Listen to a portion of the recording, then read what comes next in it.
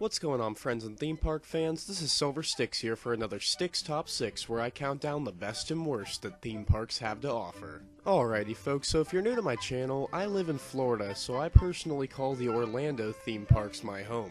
We got SeaWorld, Universal, and of course, Walt Disney World.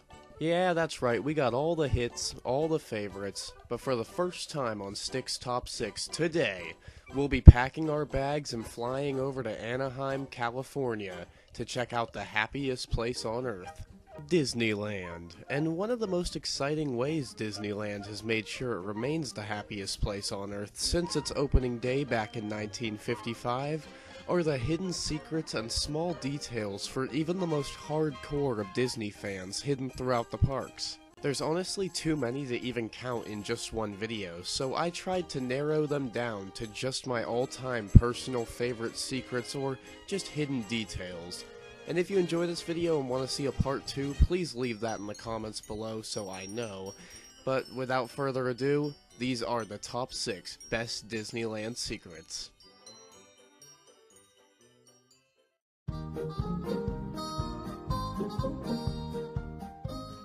Kicking things off in New Orleans Square, we'll be able to catch a boat and take a trip on Pirates of the Caribbean.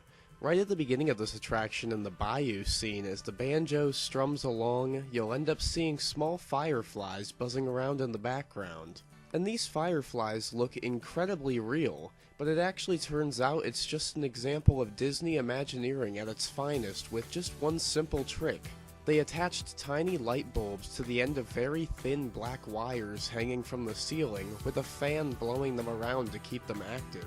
It's insanely simple, but it adds that tiny bit of extra realism and creativity as you head through the bayou that only Disney would be able to pull off. And there's no bayou scene in our Orlando version of Pirates, so I kinda felt like I needed to mention this at number 6. So yeah.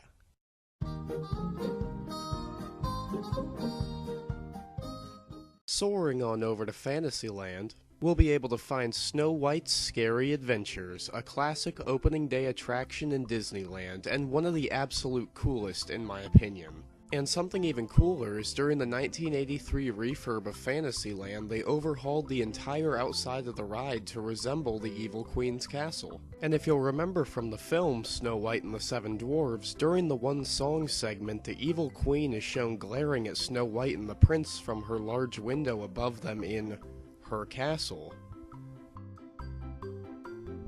Well, just like the movie, every so often if you watch the window above the entrance to this attraction, you'll see the Evil Queen, peering out amongst guests just the same way she did with Snow White. She's best to try to catch at night because her window is lit up with an extra evil red glow, but no matter when you see her, it sure is a cool little extra treat.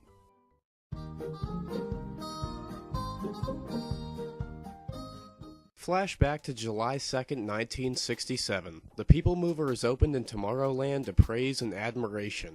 This attraction took guests on a 16-minute tour through Tomorrowland, showing off different parts of attractions you couldn't see anywhere else, and of course giving guests a relaxing and fun ride all rolled into one. Then all of a sudden on August 21st, 1995, the People Mover, as well as the Rocket Jets, Mission to Mars, Circle Vision 360, Captain EO, and the Starcade were all permanently closed or planned for renovation during a complete overhaul of Tomorrowland. 3 years passed while people waited patiently, and finally, on May 22nd, 1998, the entrance to the People Mover was back open. Except it wasn't the People Mover any longer. In the 3 long years Disney had this attraction closed, they had it revamped into the Rocket Rods, a speedy dragster thrill ride attraction that just so happened to take place on the same exact track as the People Mover. So in the end, the Rocket Rods were just a faster People Mover. This version of the ride had mixed opinions. Some said it was too thrilling, and others said it wasn't nearly thrilling enough. But one thing everyone seemed to agree on was the amount of starting and stopping the vehicles had to do was by far the biggest flaw in the ride itself. Well, on September 25th, 2000, the Rocket Rods were closed for maintenance, and it turned out the starting and stopping on the ride didn't just make for an unenjoyable ride experience, But it also created a ton of wear and tear onto the original People Mover track. So much so, to the point where it was a safety hazard to keep it open to the public. So on April 28, 2001, the rocket rods were officially confirmed closed, and to this day, neither the rocket rods or the People Mover exist within the park. However, the original People Mover track still sits there, winding its way through Tomorrowland, as a constant reminder of what used to be.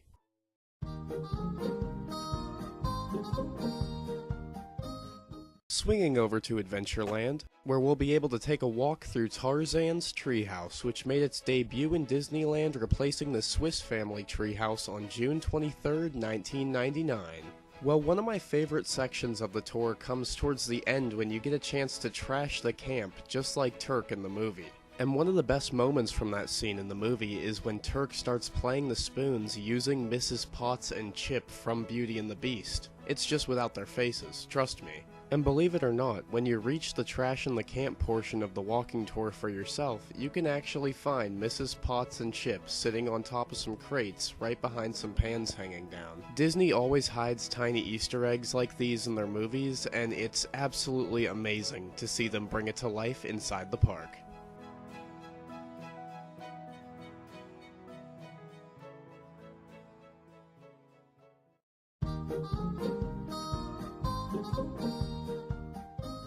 Sailing back over to New Orleans Square for another Pirates of the Caribbean secret. What can I say? Pirates has a lot of secrets. Honestly, that could be its own video. Cough, cough. If you want to see that, leave it in the comments below. But anyway, as legend has it, in 1967, when Pirates of the Caribbean originally opened to the public, they had real skeletons being used as props throughout the cave portion of the ride. That certainly adds some realness to your pirate adventure. Since then, it's been reported that all the skeletons have been removed from the ride, all except one, that is. Once you proceed slightly further in the cave, you'll see the captain's skeleton sitting underneath a headboard featuring a skull and crossbones. And again, as legend says, that remains a real human skull to this day. Now, I don't work at Disney, and this has never been confirmed 100% by Disney, but because I think it's pretty spooky and, I don't know, kinda cool, I choose to believe it. Do you?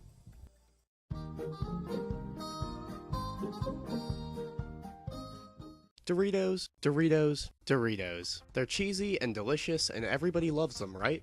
But did you know Doritos actually originated in Disneyland? Yep, that's right. Back in the very early life of Disneyland, the founder of Frito-Lay, this beautiful man on the screen right here, Elmer Doolin, convinced Walt Disney to allow him to open up a small Mexican restaurant inside the park.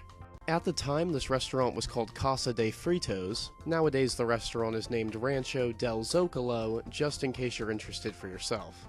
But anyway, being that this was a Frito-Lay Mexican restaurant, they had tacos, and they were actually made of shells from Frito-Lay chips. Yes, delicious, I know. The taco shells were manufactured outside the park by Alex Food Companies, a local food company located in Anaheim, and the shells were then sent into the restaurant for the work staff to use. However, one day in the early 1960s, one of the folks working for sales found a bunch of thrown away tortilla shells in the trash bin, and he then recommended instead of throwing them away and wasting them, why not cut them up into smaller tortillas and make them into chips? Those chips obviously just so happened to turn out to be Doritos, and turned out to be a massive worldwide success, and now you can find Doritos just about anywhere. And something very cool is Doritos packaging actually recently came back with their original design, based on the Disneyland sign itself. Alrighty folks, that's gonna about wrap up my Stix Top 6 Best Disneyland Secrets. I really hope you guys enjoyed. If you did, please leave a like, comment, subscribe, and share the video around. It'd mean a lot and help out a ton. Please leave in the comments if you want me to make a continuation to this video, or if you have any favorite Disney secrets, or just any Disney topics you'd like to discuss so we can start a conversation down there. But anyway, this is Silver Stix signing out. I hope you have a great rest of your day, theme park fans. Peace.